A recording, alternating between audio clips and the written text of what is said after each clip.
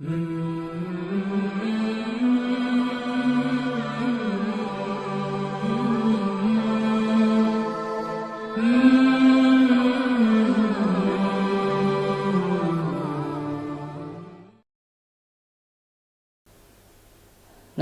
ونصلي على رسوله الكريم اما بعد فاعوذ بالله من الشيطان الرجيم بسم الله الرحمن الرحيم رب اشرح لي صدري ويسر لي امري واحلل عقدة من لساني يفقهوا قولي۔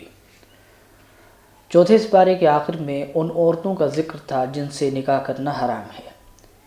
پانچویں سپارے کے شروع میں ہی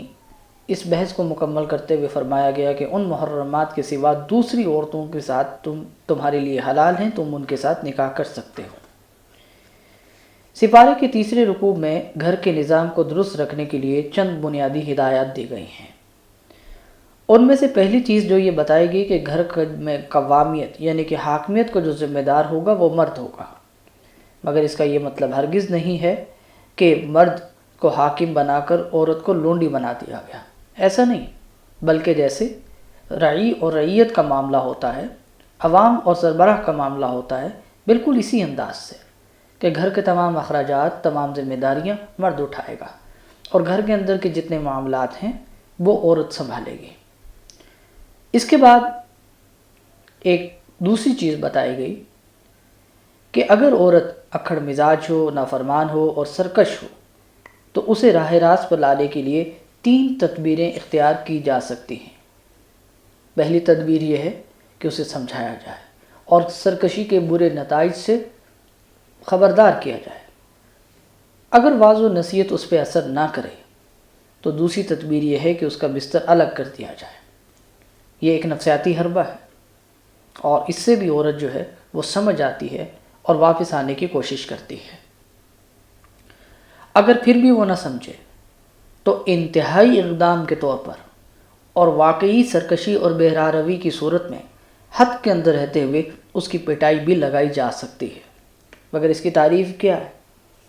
اس کی تعریف یہ ہے، ذہن میں رکھیے گا، کہ ایسی مار کہ جس سے نہ اس کی ہڈی ٹوٹے نہ اس کے چہرے پر کوئی ظاہری زخم بنے، لیکن یہ تب ہے کہ جب انتہائی اقدام ہو۔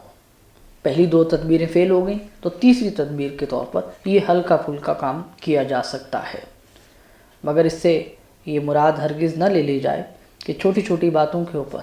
ظلم و ستم کے پہاڑ توڑ دیے جائیں، جیسا کہ آج کل ہمارے معاشرے کے اندر ایک رواج بن چکا ہے کہ چھوٹی چھوٹی باتوں پر کھانا لیٹ کیوں ہو گیا، چائے میں چینی کیوں تیز ہے، پتی کیوں ہلکی ہے، چھوٹی چھوٹی باتوں کے اوپر غصے ہونا، اسے ڈانٹنا، اس کی تحقیر کرنا، اسے ذلیل اور رسوا کر کر چھوڑنا اور یہاں تک کہ اس کے اوپر ہاتھ اٹھانا، اس سے یہ مراد ہرگز نہیں ہے۔ گھر اور خاندان کے نظام کو درست رکھنے کی تدابیر بتانے کے بعد 5ویں رکوع میں اجتماعی زندگی کی درستگی کے لیے ہر چیز اور ہر کام میں احسان کا حکم دیا گیا ہے، اور یہ بھی بتا دیا گیا ہے کہ احسان کی بنیادی باہمی خیرخواہی، امانت، عدل اور ہمدلی پر ہے۔ حقیقت یہ ہے کہ اسلام حق، عدل اور مساوات کا دین ہے، اور وہ ساری مخلوق کے درمیان عدل کا حکم دیتا ہے، یہاں تک کہ کافر کے حقوق بھی غصب کرنے کی اجازت نہیں دیتا۔ عثمان بن طلحہ کا مشہور واقعہ ہے کہ جو کعبہ کی کلید بردار تھے، ان سے فتح مکہ کے موقع پر چابی لی گئی۔ بعض مسلمانوں نے کلید بردار ہونے کا شرف حاصل کرنے کی تمنا ظاہر کی، مگر اللہ تعالیٰ نے انہیں کلید کعبہ واپس کرنے کا حکم دیا۔ چنانچہ یہی واقعہ عثمان بن طلحہ کا ایمان لانے کا سبب بن گیا۔ اللہ تعالیٰ نے مسلمانوں کے سامنے اس حقیقت کو خوب اچھے طریقے سے واضح کر دیا کہ کسی بھی شخص کا ایمان اس وقت کامل نہیں جب تک کہ وہ اللہ اور اس کے رسول صلی اللہ علیہ وسلم کے فیصلوں پر راضی نہ ہو، اور یہ بھی بتا دیا گیا کہ رسول اللہ صلی اللہ علیہ وسلم کی بعثت کا اصل مقصد یہ ہے کہ اس کی اطاعت کی جائے۔ رسول اللہ صلی اللہ علیہ وسلم کی اطاعت حقیقت میں اللہ کی اطاعت ہے، لیکن ظاہر ہے منافقوں کو رسول اللہ صلی اللہ علیہ وسلم کی اطاعت بڑی گراں محسوس ہوتی تھی۔ 7ویں رکوع میں اللہ تعالیٰ نے مسلمانوں کو جہاد اور قتال کی تیاری کا حکم دیا، اور یہ کہ اپنی نیت خالص رکھیں اور صرف اللہ کی رضا اور دین کی سربلندی کے لیے جنگ کریں، اپنے ذاتی جذبات کے لیے نہیں، اپنی ذاتی لڑائی نہیں، اپنے گھر مکان پلاٹ کے لیے نہیں، بلکہ کس کے لیے؟ صرف اور صرف اللہ کے دین کی سربلندی کے لیے۔ اور اس کی ترغیب دی گئی کہ آخر تم، اور بعد میں انہی آیات کے تسلسل میں جذباتی انداز میں مسلمانوں کو جہاد کی ترغیب دی گئی کہ آخر تم جہاد کیوں نہیں کرتے،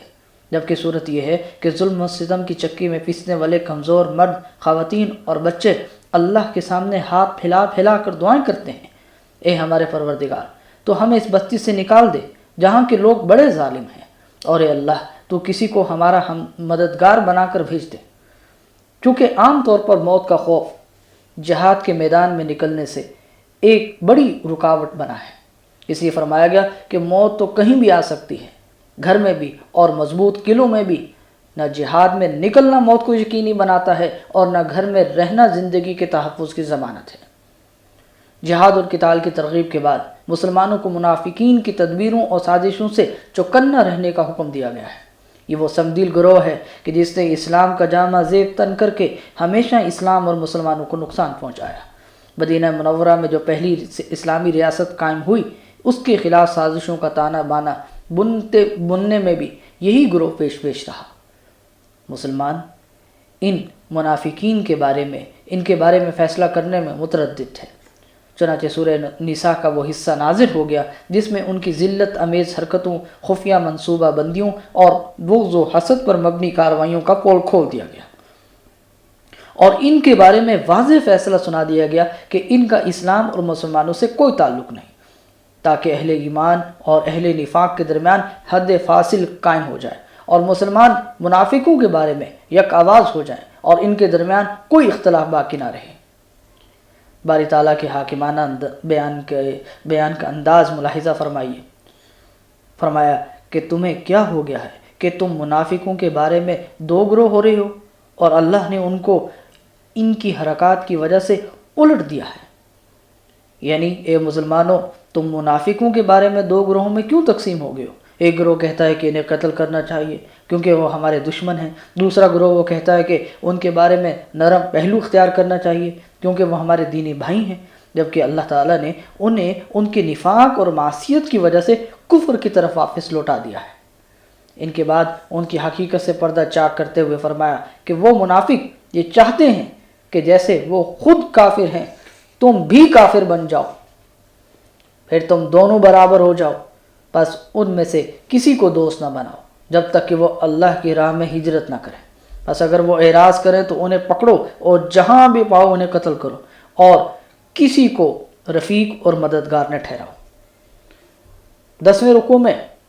مومن کے قتل عمد کی سزا بتائی گئی کہ جو جان بوجھ کر ایک مسلمان کسی دوسرے مسلمان کو اگر قتل کرتا ہے اس کے لیے انتہائی سخت لہجہ اختیار کیا گیا۔ فرمایا گیا کہ جو کسی مومن کو جان بوجھ کر قتل کرے اس کی سزا جہنم ہے، جس میں وہ ہمیشہ ہمیشہ کے لیے رہے گا، اور اس پر اللہ کا غضب ہوا اور اس پر لعنت کی، اور اس کے لیے اللہ نے بڑے عذاب کو تیار کر رکھا ہے۔ قتل عمد کی سزا بیان کرنے کے بعد دوبارہ جہاد کی اہمیت اور مجاہدین کی فضیلت بتائی گئی، اور واضح طور پر بتا دیا گیا کہ اللہ کی راہ میں جہاد کرنے والے اور ہاتھ پر ہاتھ رکھ کر بیٹھے رہنے والے برابر نہیں ہو سکتے۔ یہ جو بار بار جہاد کی طرف متوجہ کیا جا رہا ہے تو اس کی وجہ یہ ہے کہ جہاد امت اسلامیہ کی عزت اور سعادت کا راستہ ہے۔ اگر امت جہاد سے کنارہ کشی کر لے گی تو اسے ذلت اور رسوائی سے کوئی نہیں بچا سکتا۔ جہاد کے ساتھ ساتھ ہجرت کا بھی ذکر ہے، کیونکہ ہجرت بھی جہاد کی مختلف قسموں میں سے ایک قسم ہے۔ چنانچہ 11ویں رکوع میں فرمایا گیا کہ جو شخص قدرت کے باوجود دارالکفر سے دارالاسلام کی طرف ہجرت نہیں کرے گا اور اسی حالت میں اسے موت آ جائے گی تو اس کا ٹھکانہ جہنم ہے۔ بعض روایات میں ہے کہ جب آیات ہجرت نازل ہوئیں تو حضرت حمزہ بن قیس رضی اللہ عنہ جو کہ سخت علیل تھے وہ پریشان ہو گئے، چلنے پھرنے کے قابل نہیں، پاؤں میں چلنے کی طاقت نہیں۔ اپنے بیٹوں سے کہا کہ مجھے چارپائی پر ڈال کر مدینہ منورہ لے چلو، میں مکہ میں ایک رات بھی نہیں گزاروں گا۔ انہیں چارپائی پر ڈال کر مدینہ لے جانے لگے، لیکن مکہ سے نکلتے ہی ان کا انتقال ہو گیا۔ اس پر اللہ تعالیٰ نے فرمایا، اور جو شخص اللہ اور اس کے رسول صلی اللہ علیہ وسلم کی طرف ہجرت کر کے گھر سے نکل جائے پھر اس کو موت آ پکڑے تو اس کا ثواب اللہ کے ذمہ ہو چکا، اور اللہ بخشنے والا مہربان ہے۔ کیونکہ ہجرت و جہاد میں خوف و خطر کا سامنا بھی ہوتا ہے، اس لیے 12ویں رکوع میں صلاۃ الخوف اور صلاۃ المسافر کا ذکر ہے۔ 13ویں رکوع میں اس مشہور واقعے کی طرف اشارہ ہے کہ جس کے مطابق ایک منافق نے چوری کرنے کے بعد ایک یہودی پر بہتان لگا دیا۔ اس نے اس کے اقربا نے اپنی چکنی چپڑی باتوں سے نبی علیہ الصلوۃ والسلام کو متاثر کر لیا۔ قریب تھا کہ آپ علیہ الصلوۃ والسلام اس یہودی کے خلاف فیصلہ فرما دیتے اس منافق کی باتوں میں آ کر کہ اللہ تعالیٰ نے یہ آیات نازل فرمائیں اور آپ کو ایسے لوگوں کا ساتھ دینے اور ان کی وکالت کرنے سے منع فرما دیا گیا۔ یہ آیات اور یہ واقعہ عدل و انصاف کی تاریخ میں سنہرے حروف سے لکھے جانے کے قابل ہے کہ ایک یہودی اور مسلمان کے تنازع میں یا یعنی منافق کے متنازع میں جب آپ علیہ الصلوۃ والسلام کا میلان اس منافق کی طرف ہوا تو بظاہر جو مسلمان بنا ہوا تھا تو اس پر اللہ تعالیٰ کی طرف سے آپ کو نہ صرف تنبیہ کی گئی بلکہ اس تنبیہ کی قیامت تک کے لیے قرآن مجید میں بھی ذکر کر دیا گیا۔ ان آیات کے نزول کے بعد یہ شخص جس نے چوری کی تھی بھاگ گیا اور مرتد ہوا اور مرتد ہو کے اس کی موت آئی۔ اس لیے 15ویں رکوع میں یہ بتایا گیا ہے کہ اللہ کے نزدیک سب سے بڑا جرم کفر و شرک ہے، اور جس کا کفر و شرک پر انتقال ہو جائے اس کی مغفرت کی کوئی صورت نہیں۔ اس کے بعد متعدد آیات میں انسان کی سرکشی کا سبب بتلایا گیا ہے، وہ یہ کہ اللہ کے مقابلے میں شیطان کی اطاعت کرتا ہے، وہ اس کو ہدایت کے راستے سے بہت دور لے جاتا ہے۔ پھر ابو الانبیاء اور حضرت ابراہیم خلیل علیہ السلام کا تذکرہ ہے، اور یہ ہدایت اسی کو ملے گی جو ان کے راستے کی اتباع کرے گا۔ 16ویں رکوع میں دوبارہ عورتوں کا تذکرہ ہے جن میں ان پر ظلم کرنے اور ان کے حقوق غصب کرنے سے منع کیا گیا ہے، اور یہ کہ اگر میاں بیوی کے درمیان اختلافات ہو جائیں تو انہیں آپس میں صلح کر لینی چاہیے کہ صلح ہی سب سے اچھا راستہ ہے۔ اور آخری رکوع کے اندر دوبارہ منافقین کی مذمت کی گئی ہے اور انہیں سخت ترین عذاب کی وعید سنائی گئی ہے، اور اس کے ساتھ ہی 5واں سپارہ اپنے اختتام کو پہنچتا ہے۔ وآخر دعوانا ان الحمد للہ رب العالمین۔